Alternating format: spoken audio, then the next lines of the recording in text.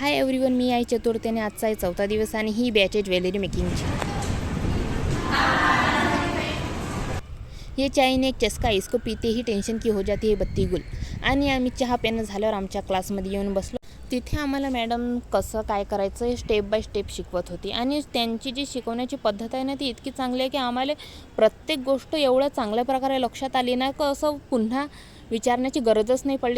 हां, मग तुम्हाला काय वाटते, असं पाहिल्यानं कोणी ब्युटिशियन बनत असते? तर नाही, मॅमनं आम्हाला ग्रुप बनवून दिला आणि त्या ग्रुपमध्ये एक मॉडेल ठेवली आणि त्या मॉडेलवर प्रत्येक मुलगी ट्राय करून पाहत होती. तर मग अशा प्रकारे आम्हाला स्टेप बाय स्टेप चांगल्या प्रकारे समजलं. आणि एवढंच का तुम्हाला वाटतं एवढं काम करून राहिले थकतीन निरा थकतच राहतील? तर नाही, हे प्रशिक्षण लय चांगलं आहे. इथं झाल्यावर आम्हाला जेवणाची पण सोय आहे. थांबा तुम्हाला समोर जाऊन दिसतेत. हे एवढ्या आम्ही कामं करून राहिलो ना तर आमची जेवायची पण सोय लय चांगली आहे.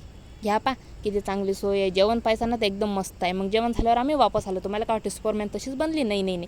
याच्या मागे पण एक कारण आहे. आता हे तुम्ही तर मग मॅम इथं आम्हाला हेअर कटिंग शिकवत आहे. तर मग हेअर कटिंगची पद्धत कशी आहे, ते बोटांमध्ये कशी पकडायची, कैची कशी पकडायची, सर्व प्रकारे आम्हाला चांगल्या पद्धतीने शिकवलं आणि आम्ही त्याच प्रकारे ग्रुप बनवून परत प्रॅक्टिस केली. आणि इथं आमचा दिवस संपतो. सर्वांना बाय बाय. आणि जे जेंट्स पार्लर शिकायचं त्यांना हे पाठवून द्या.